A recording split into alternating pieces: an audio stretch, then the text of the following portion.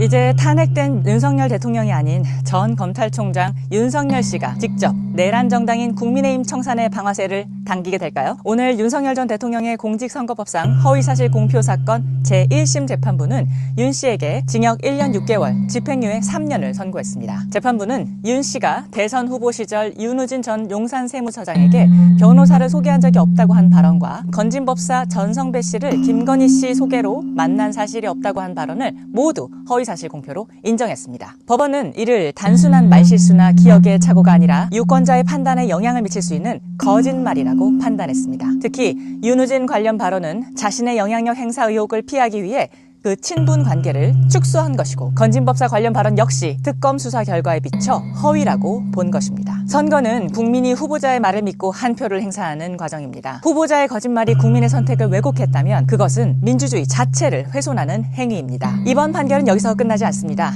만약 대법원에서도 100만 원 이상의 벌금형이나 징역형이 확정된다면 공직선거법 제264조에 따라 윤 씨의 당선은 무효가 됩니다. 헌정사상 대통령 당선이 공직선거법 위반으로 무효가 되는 첫 사례이자 윤석열 전 대통령이 아닌 윤석열 전 검찰총장이 되는 것입니다. 또한 여기서 국민의힘도 결코 자유로울 수가 없는데요. 대통령 선거를 치르려면 어마어마한 비용이 들죠. 국민의 대표를 뽑는 대통령 선거는 그래서 각 정당에게 우리 국민의 소중한 세금으로 선거 보전금을 지급하게 되는데요. 윤석열 씨의 당선이 무효가 되면 공직선거법 제265조 2항에 의해 2022년 대선 선거 보전금과 기탁금 이 모두를 다시 국고로 반환하도록 되어 있습니다. 국회의원이나 시장 등 이 다른 선출직 선거의 경우에는 개인이 반환을 해야 되지만요. 대통령 선거의 경우에는 그를 후보로 추천한 정당에게, 즉 국민의힘에게 그 반환의 의무가 있습니다. 그래서 지금 국민의힘은 이 선고에 의해서 397억 원을 토해내야 되는 상황이고, 이것은 정당의 운명까지 가를 수 있는